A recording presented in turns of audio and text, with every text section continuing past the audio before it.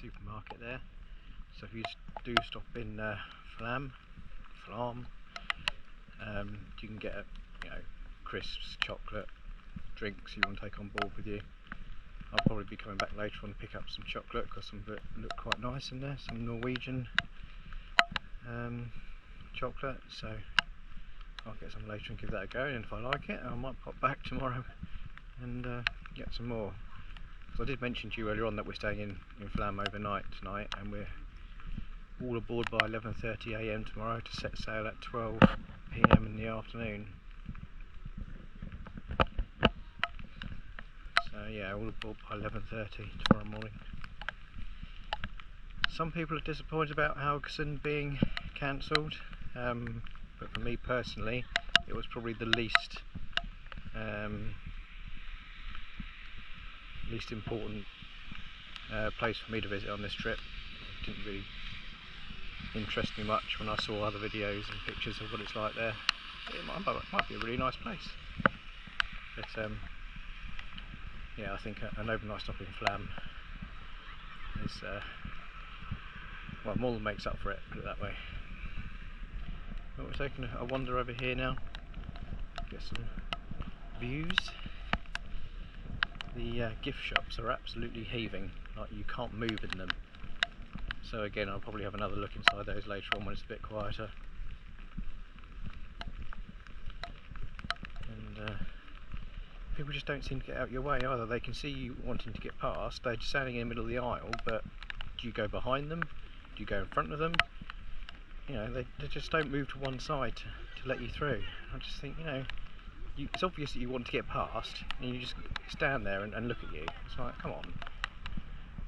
But yeah, enough of the moaning. It smells a bit ripe around here. I don't know whether that's as a sewage outlet or something, but yeah, not pleasant.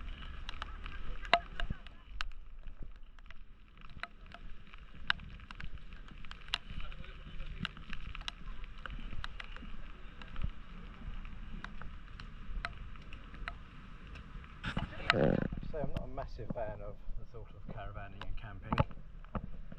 Maybe I'll try it at some point in my life, with a camper van or a caravan, but if you're going to do it, come to somewhere like this. Normally we're going up to the glacier yesterday on the coach, the amount of hillside campsites. Hire a camper van over here and just drive around them, it's fantastic. Comes another one coming in, look. These views are insane. And there's plenty of facilities as well. They even provide you with a volleyball court. Look.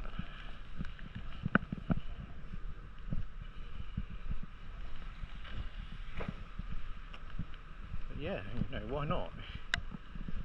I think I'd rather hire a caravan or a motorhome abroad and travel around than in the UK personally.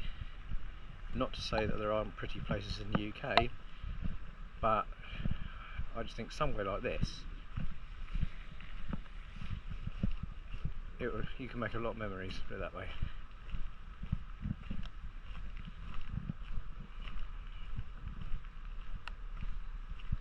There's a beach down here.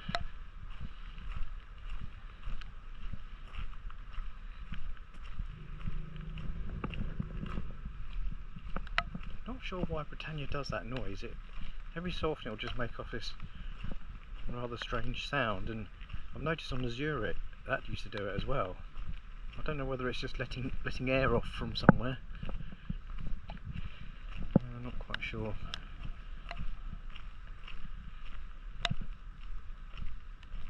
It's definitely not the horn going. It's something. It's releasing some sort of pressure, I should think, from something. But yeah, strange.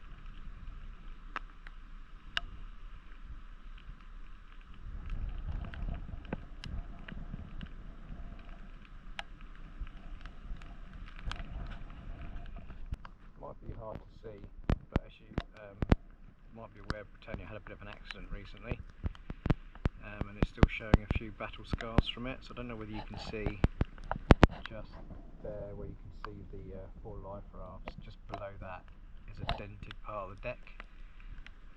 It was a lot worse condition than what it is now after the incident happened, but the crew have been working tirelessly during the recent cruises to make it look more presentable.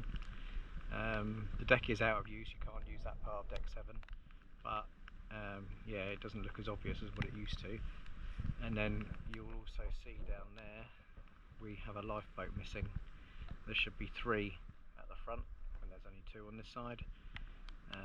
That got dropped off in Kiel in Germany on the previous cruise.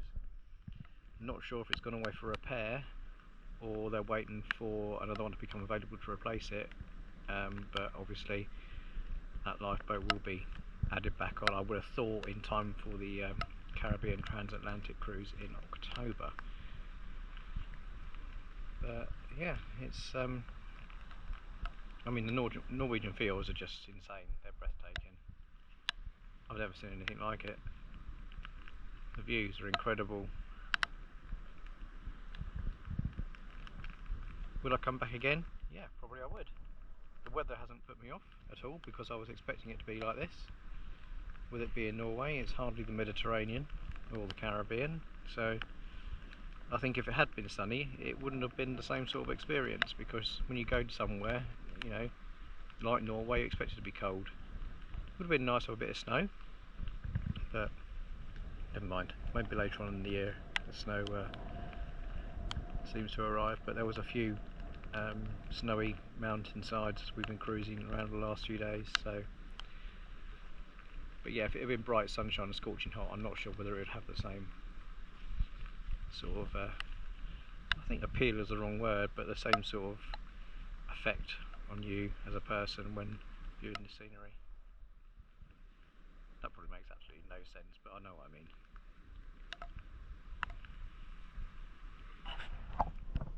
Just about up there, out there, my cabin, which had a bit of a problem this morning when I got up. The toilet wasn't flushing, or none of the toilets on our deck were flushing, and mine was actually leaking.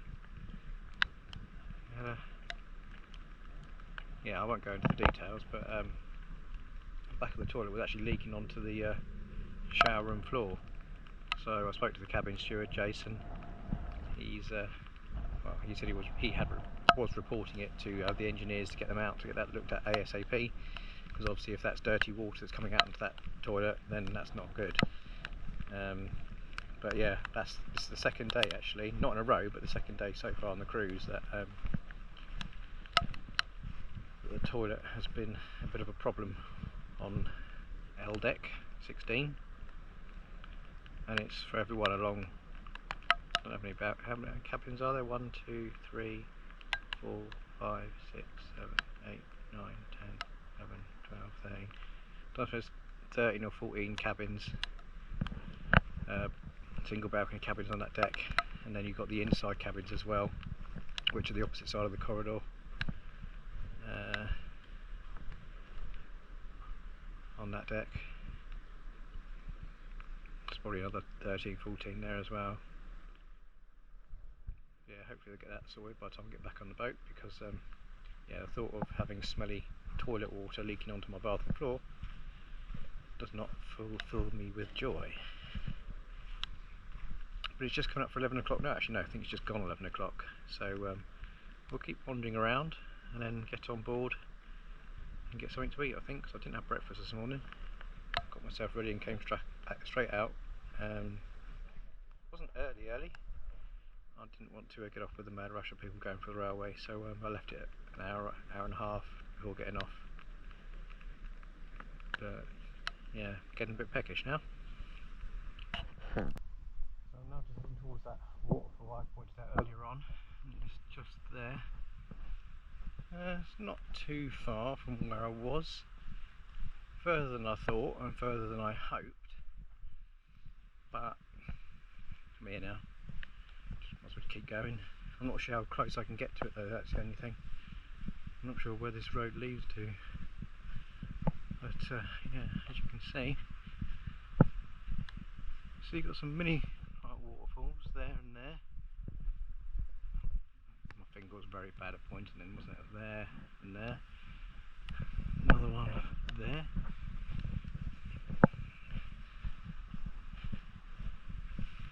I'm no scientist or geography expert, but I assume a waterfall, or certainly a waterfall here, is caused by melting ice on the peak of the mountain. That's not me using Google, that's just using my assumption, so I might be completely wrong. And if I am, those people are saying what a bloody idiot. That's not reason for a waterfall, but that's what my assumption is. These are like these style houses you can see in front. They do remind me of traditional American buildings. I'm not being, what's the word? What's the word I'm trying to think of? I'm not being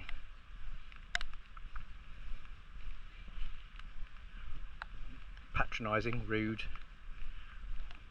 or anything like that.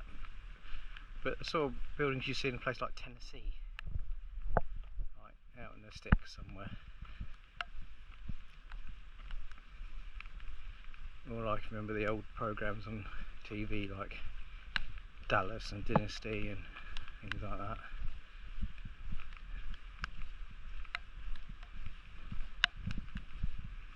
Traditional wooden buildings.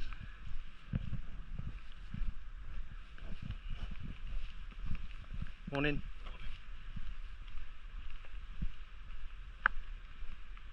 We've got a mate there, look. Guarding the entrance.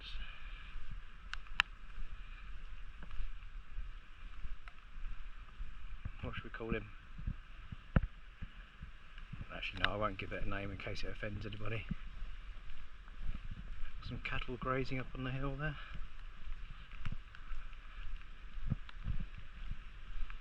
So I don't know where this road goes. So there's some cars over there, but I don't know whether that's private or whether you need to get to it from that way.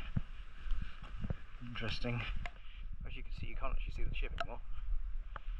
She's out of sight. But yeah, I'll keep going, see where we end up. So it reminds me of programmes like, do you remember Little House on the Prairie and Lassie and things like that? It just reminds me of that sort of typical landscape. Those buildings up there. Up there. Imagine Tesco's doing a food delivery. Not.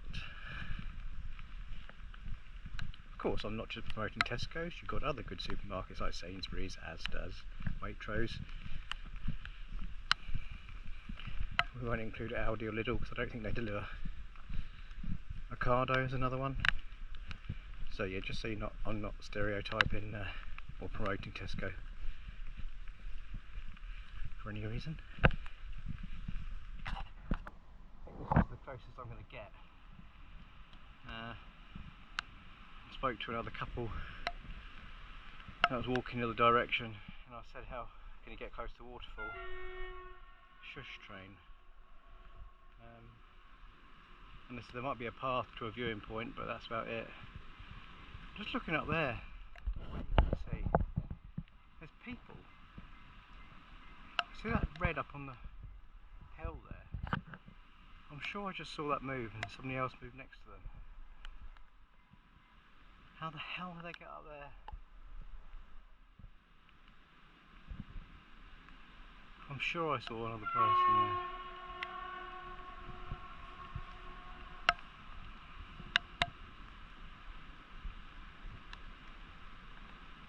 I know I need food, so I'm not eating this morning, but I don't know whether it's just an illusion.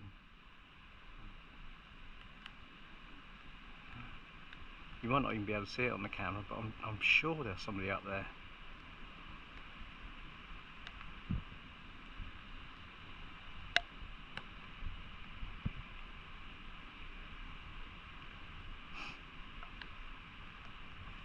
So I'll keep going a bit further and then I might turn back. I'm wondering whether this is a round circular walk, because there's the land train that I passed earlier down by the port side. So maybe I will keep going around this way.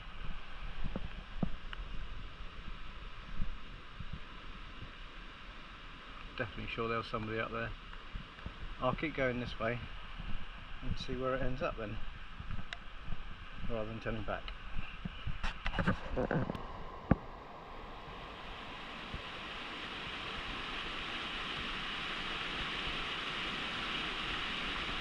There are people up there. See? I was right. How the hell did you get up there though?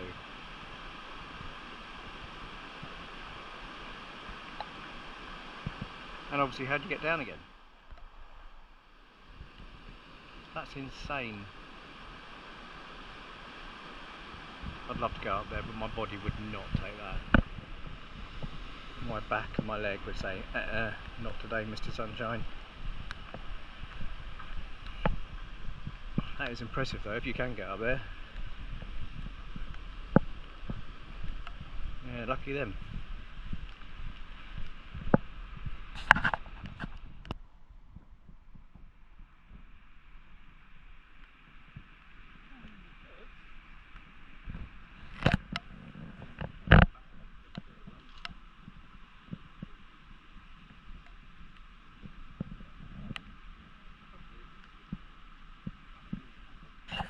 So that last shot that I showed you of the notice board and path sign means you can go up there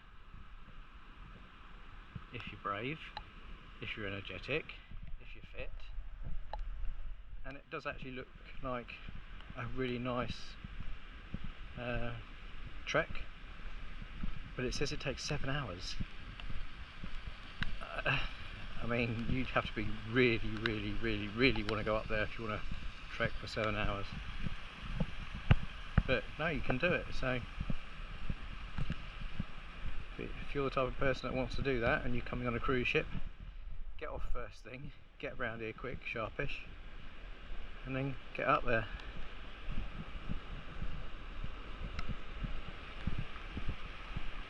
I mean, I don't know whether 7 hours is the average time it takes, or whether it's potentially the longest it could take, shortest it could take, who knows. But if you do decide to do it, don't blame me if you miss your ship. I'll let you gauge whether you think you've got the time to get up there.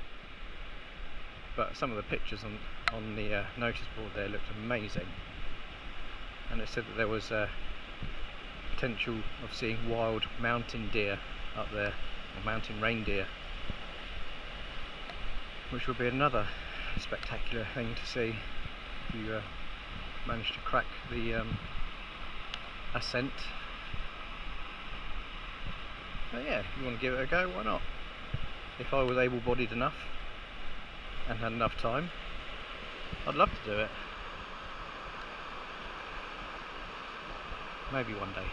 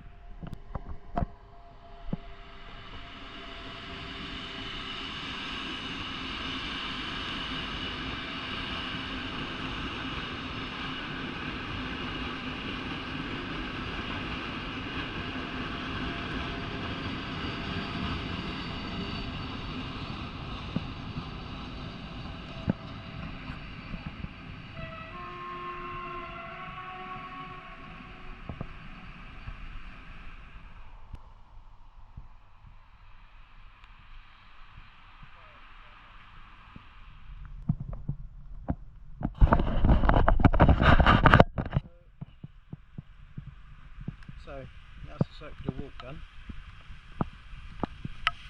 running trains. All in all, from where I spoke to you by the beach, by the ship, probably about an hour and 15-20 minutes, with a couple of stops to a mile of view as well. The rain's eased off a little bit. Keep it up. Don't want to ruin this funky hairstyle. Now it's coming on for about quarter past 12 now. I think it's time for some food. Go take a trip to the Lido Grill. Don't know whether to get chicken or cheeseburger. Or both?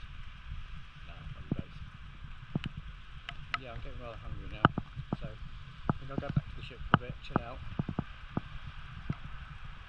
Out on the balcony, people watch for a bit, and then get back a bit later on, up to the shops again, see whether the queues have calmed down, and get a few goodies. So I'll catch you all in a bit.